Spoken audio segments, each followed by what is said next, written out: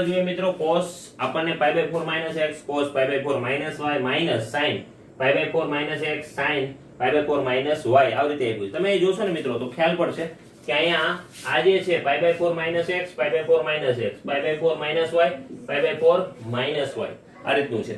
બરાબર મિત્રો બરાબર રીતે યાદ કરો cos α + β નું સૂત્ર કાંઈક આ રીતનું જ હતું cos α cos β - sin α sin β. આ જો બરાબર રીતે યાદ હશે તો તમને ખ્યાલ પડશે કે અહીંયા cos α cos β આને α કયો આને β કયો વચ્ચે નિશાની માઈનસ sin α sin β તો sin α અને sin β સેમ છે. તો મિત્રો આની સાથે સરખાવી દયો તો તમને ખ્યાલ પડશે કે આપણે ડાબી બાજુથી ચાલુ કરવું છે.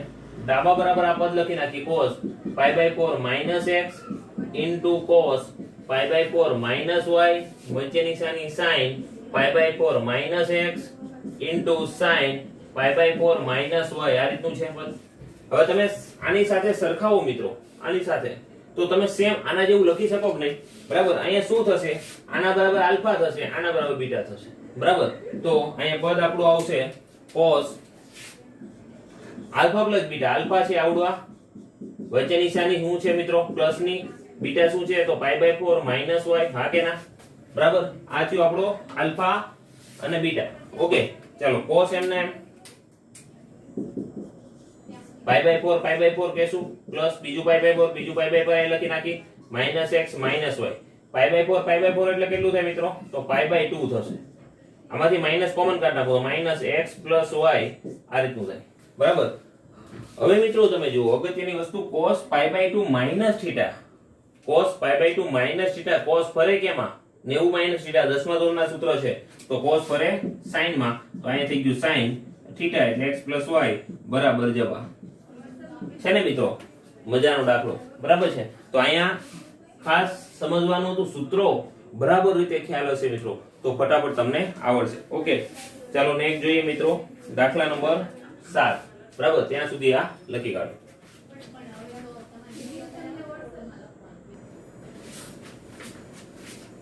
ચાલો મિત્રો આપણે જોઈએ દાખલા નંબર 8 દાખલા નંબર 7. દાખલા નંબર 7 ની અંદર સાબિતીમાં ડાબા બરાબર જવાબ આપણે સાબિત કરવાનું છે.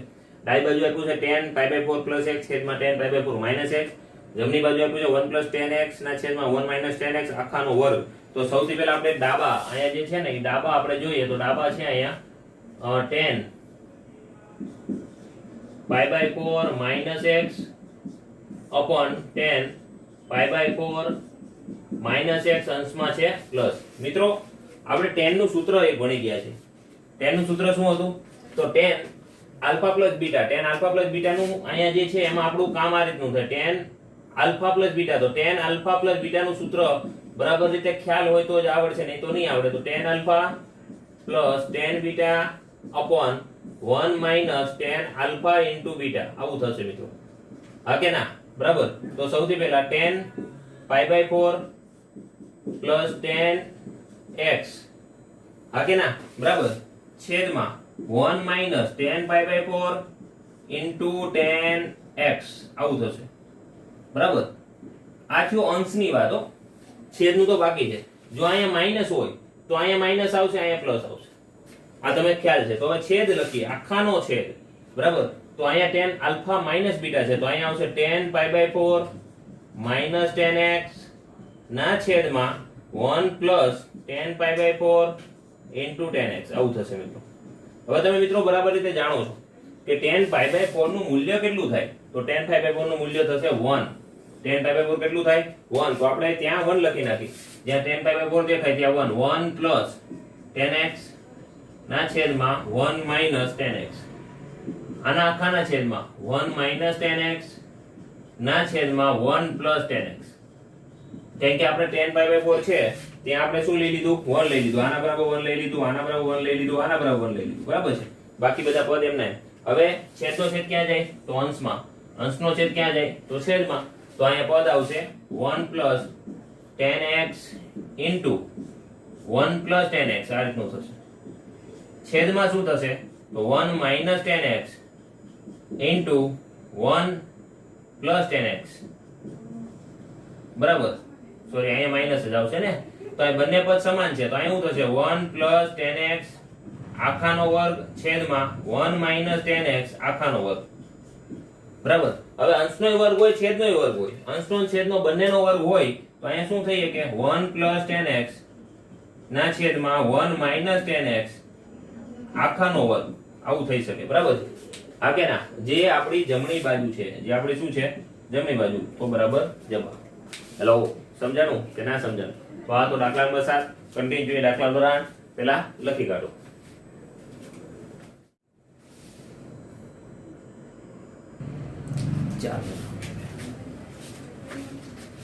ચાલો મિત્રો કન્ટિન્યુ જોઈએ. દાખલા નંબર 8 ને દાખલા નંબર 9, બરાબર. ચાલો આમાં આપ્યું છે cos pi plus x into cos minus x sin pi minus x cos pi by 2 plus x. હવે આપણે અહીંયા સમજવાનું થશે મિત્રો. અગત્યની વસ્તુ, આપણે એકમ વર્તુળ જ્યારે સમજ્યા હતા ત્યારે મેં કીધું હતું y અક્ષ માં વિધેય બદલે x અક્ષમાં ચરણ જોવાનું. y અક્ષ માં વિધેય બદલે પણ ચરણ તો આપણે જોવાનું જ રહેશે, બરાબર. તો મિત્રો આ આપણું એકમ વર્તુળ, આ થયો આપણો x અક્ષ ને આ થયો y અક્ષ, બરાબર. x અક્ષમાં અહીંયા આવશે pi by 2, અહીંયા આવશે 3 pi by 2, બરાબર. અહીંયા આવશે 0 અને 2 pi, અહીંયા આવશે pi, બરાબર. OLSTC ના નિયમ આપણે ખાસ યાદ રાખવાનો છે. x અક્ષ, આ x અક્ષ કહેવાય, આ x અક્ષ ને આ y અક્ષ.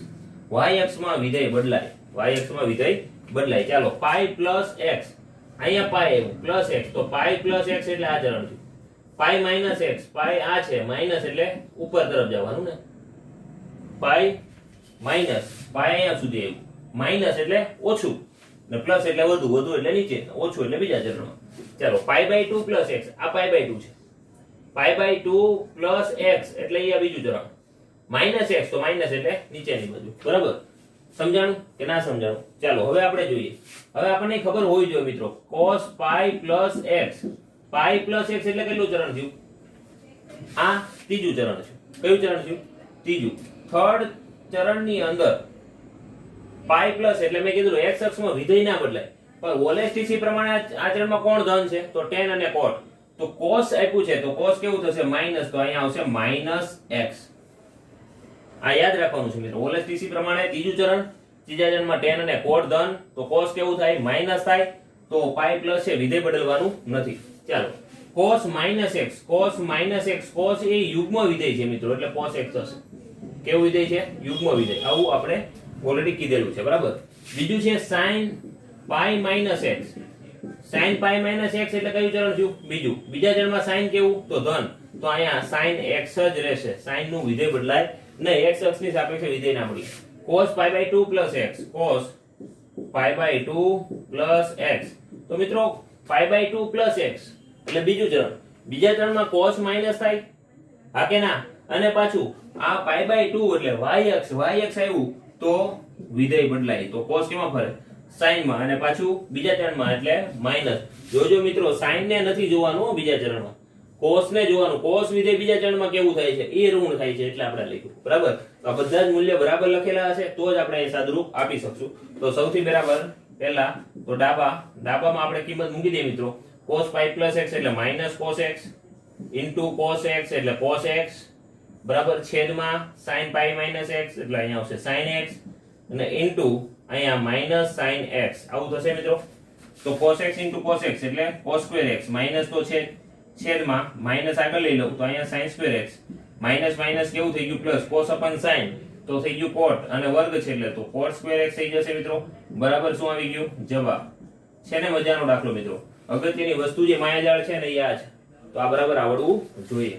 સમજાણું? તો મિત્રો એના જેવું અહીંયા ફરીવાર આવ્યું છે, તો આપણે ફરીવાર અહીં એકમ વર્તુળ સમજીએ કે એકમ વર્તુળની અંદર આ x અક્ષ, બરાબર, આ છે આપણું y અક્ષ. આ y અક્ષમાં આવશે pi by 2, અહીંયા આવશે 3 pi by 2, બરાબર. અને 2 pi ની વાત કરે છે તો અહીંયા એવું 2 pi, 0 અને 2 pi. ચાલો 3 pi by 2 plus x, 3 pi by 2 plus x એટલે આ થયું 3 pi by 2 plus x એટલે ચોથું ચરણ. All s t c. 3 pi by 2 minus x તો 3 pi by 2 minus x એટલે આ ત્રીજું ચરણ. 2 pi plus x, 2 pi plus x એટલે આ 2 pi plus x એટલે પહેલું ચરણ, બરાબર છે. એટલે રકમને બરાબર આપણે સમજવાની છે, માઈનસ ની કઈ ભૂલ ના હોય તો 2π + x 2π + x બંનેમાં +x આપ્યું છે એટલે વાંધો નથી. ચાલો મિત્રો જોઈજો, પહેલા બેનો ગુણાકાર વચ્ચે ગુણાકાર, આ બેનો સરવાળો, એટલે ખાસ ધ્યાન રાખીને આપણે ગણવાનું છે. એના પહેલા આપણે એના મૂલ્ય લખી નાખીએ. ચાલો મિત્રો મને કહો cos 3π/2 + x હોય 3π/2 + x, ચોથું ચરણ. ચોથા ચરણમાં cos કેવું તો ધન, પણ 3π/2 એટલે કેવો અક્ષ તો y અક્ષ. y અક્ષમાં વિધેય બદલાય તો cos ફરે કેમાં sin માં, અને માઈનસ કરવાનું નથી કારણ કે cos એ ચોથા ચરણમાં ધન થાય. બરાબર. ચાલો cos 2π + x. મિત્રો cos 2π + x એટલે પહેલું ચરણ થયું. પાછું 2π આવ્યું એટલે 2π આવે x અક્ષ પર. x અક્ષમાં વિધેય બદલાય નહીં. પહેલા ચરણમાં cos ધન, પહેલા ચરણમાં બધા ધન, તો cos x નું cos x રહેશે. બરાબર. ચાલો cot 3π/2 - x. હાલો મને કહો 3π/2 - x કયા ચરણમાં આવે તો ત્રીજા ચરણમાં આવે. ત્રીજા ચરણમાં કોણ ધન તો ત્રીજા ચરણમાં tan અને cot ધન. OLSTC પ્રમાણે tan અને cot. અહીંયા કોણ છે cot, તો cot કેવું થશે ધન. બીજી વસ્તુ, આ કયા ચરણની વાત કરે, કયા અક્ષની વાત કરે છે 3π/2 એટલે y અક્ષની વાત કરે છે. y અક્ષ હોય તો tan કેમાં ફરે, સોરી cot કેમાં ફરે tan માં. સમજાય છે ને. ચાલો cot 2π + x 2π + x એટલે પહેલું ચરણ, પહેલા ચરણમાં બધા ધન, વિધેય બદલવાનું નથી. ક્યાં વિધેય બદલે ક્યાં વિધેય ના બદલે. /2 હોય એટલે વિધેય બદલે. જોજો આ /2 વિધેય બદલું, /2 વિધેય બદલું. બરાબર. 2π માં વિધેય બદલાય નહીં, ચરણ જોવાનું. ઓકે. ચાલો બધી જ કિંમત આપણે મૂકી દઈએ ડાબી બાજુ. બરાબર. અહીંયા છે cos 3π/2 + x cos 2π + x cot કૌંસમાં 3π/2 - x cot અહીંયા છે 2π + x અને બરાબર જવાબ આપણે સાબિત કરવાનું છે. ચાલો બધી જ કિંમત આપણે મૂકી દઈએ મિત્રો.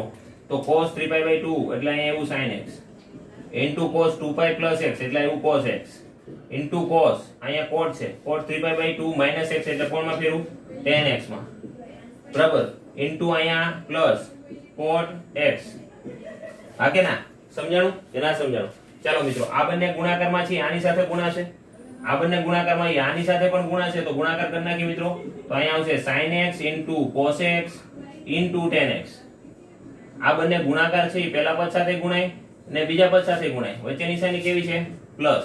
ચાલો sin x cos x sin x cos x cot x.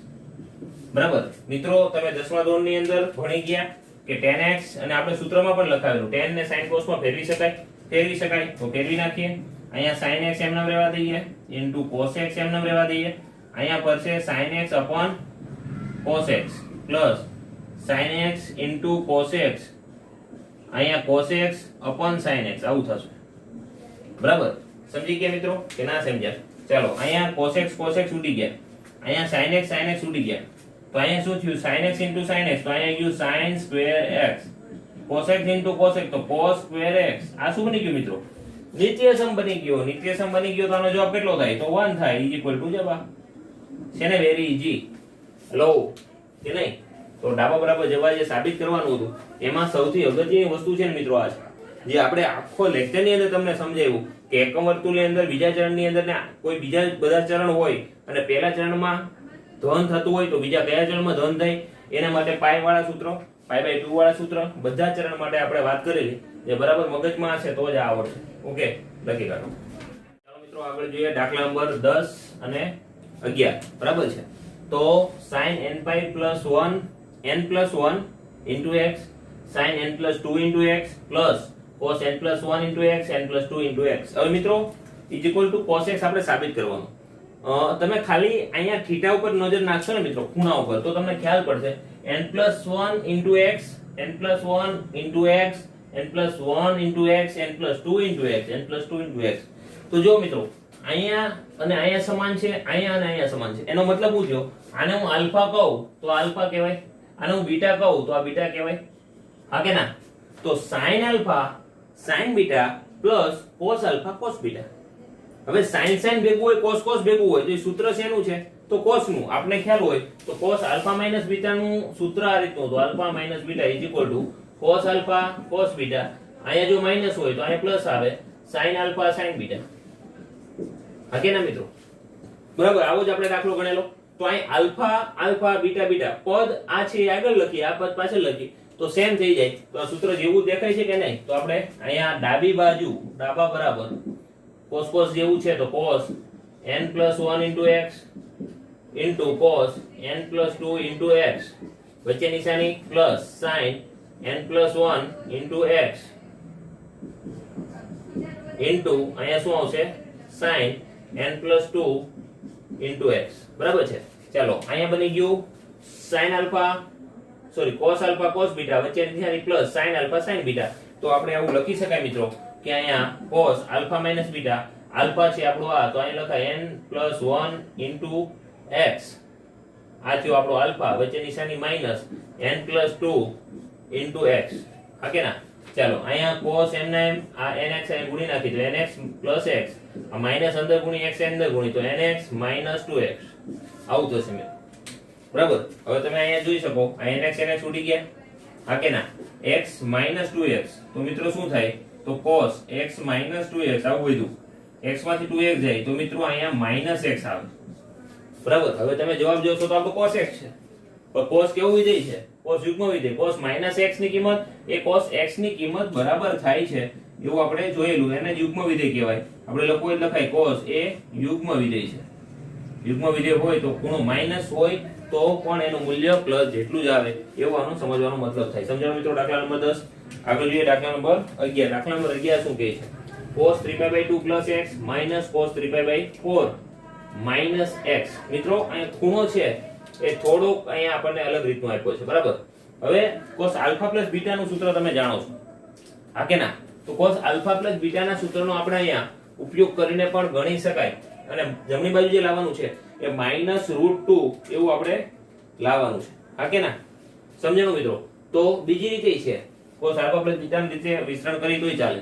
તમને ખબર હોય તો c - c શું હતું? c - c આવું તમને ખ્યાલ હોય તો આપણે લખેલું c - c + c s + s s - s c + c c - c -2ss આવું હતું. -c + c તો 2ss માની લો આ રીતે હોય c + c અહીંયા તો 2ss આવી રીતે. તો મિત્રો આ સૂત્રનો આપણે અહીંયા ઉપયોગ કરશું. બરાબર. સૂત્ર શું હતું? તો સૂત્ર આ રીતનું હતું. cos અહીંયા જે છે એમાં આલ્ફા અથવા x cos x - cos y = -2 cos. જ્યારે સરવાળાને આપણે કેમાં કન્વર્ટ કરીએ? ગુણાકારમાં.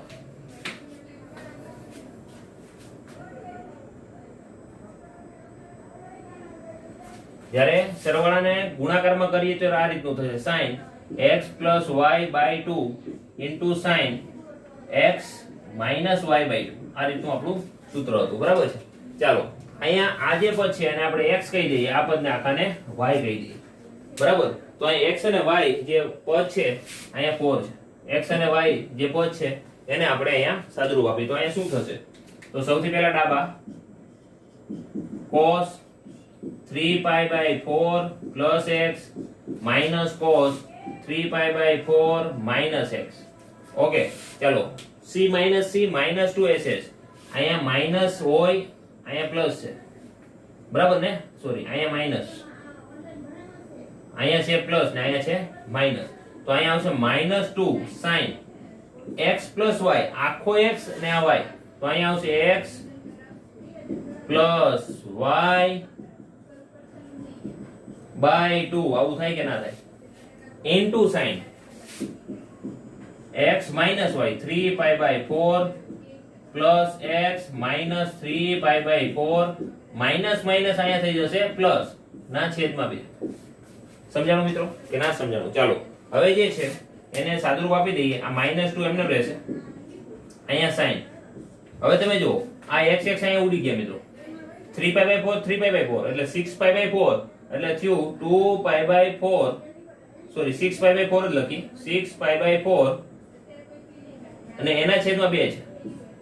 બરાબર. ઇન્ટુ sin અહીંયા થશે 3π/4 3π/4 ઉડી ગયા એટલે અહીંયા આવી ગયું 2x upon 2 આ રીતે. બરાબર. આ છેદ જે છે એ અંશનો છેદ તો છેદમાં જશે ને, તો અહીંયા અંશનો છેદ છેદમાં જાય તો અહીંયા થશે 2 sin અહીંયા 6π/8 ઇન્ટુ sin અહીંયા થયું 2 એટલે 2 ઉડી ગયા એટલે થઈ ગયા x. અહીંયા -2 એમને sin અહીંયા થઈ ગયું મિત્રો, અહીંયા આવી ગયું 3, અહીંયા આવી ગયું 4, 3π/4, અહીંયા આવી ગયું 3π/4 into sin x. મિત્રો 3π/4 નું મૂલ્ય આપણે મેળવવું પડે તો મેળવીએ. 3π/4 નું મૂલ્ય કેટલું થાય તો ના ખબર પડે તો આ રીતે જોજો. આપણે એને કન્વર્ટ કરશું 4π - π ના છેદમાં 4 into sin x. બરાબર છે. ચાલો 4π - π અહીંયા ઉડી ગયા તો અહીંયા ત્યાં 2 sin 4 ગયા એટલે π - π/4 બરાબર into sin x. π - π/4 એટલે શું થશે? બીજું ચરણ, બીજા ચરણમાં sin કેવું ધન, તો અહીંયા -2 sin π/4 જેટલું જ મૂલ્ય આવે into sin x. sin π/4 એટલે 1/√2 into sin x. બરાબર 1/√2 છે મિત્રો. તો અહીંયા 2 અને અહીંયા જો ઉડાડીએ તો અહીંયા આવશે √2 into √2. બરાબર અહીંયા 2 2 ગયા તો અહીંયા કેટલા વધ્યા √2, તો -2 -√2 into sin x બરાબર જવાબ. બરાબર છે મિત્રો. તો દાખલાને બરાબર આપણે સમજવાનો છે. બરાબર. તો આ સૂત્ર જે છે -c + c જે 2ss c - c તો -2ss આપણે કહી શકાય. તો આ સૂત્રનો આપણે અહીં ઉપયોગ કર્યો. આ બરાબર રીતે સૂત્ર તમારે યાદ રાખવાનું છે. સરવાળાને જ્યારે ગુણાકારમાં ભેગો ત્યારે હંમેશા x α + β તો x + y/2 x - y/2 થશે. ઓકે. તો આ તો દાખલા નંબર 10, આ તો દાખલા નંબર 11 લખી કાઢો.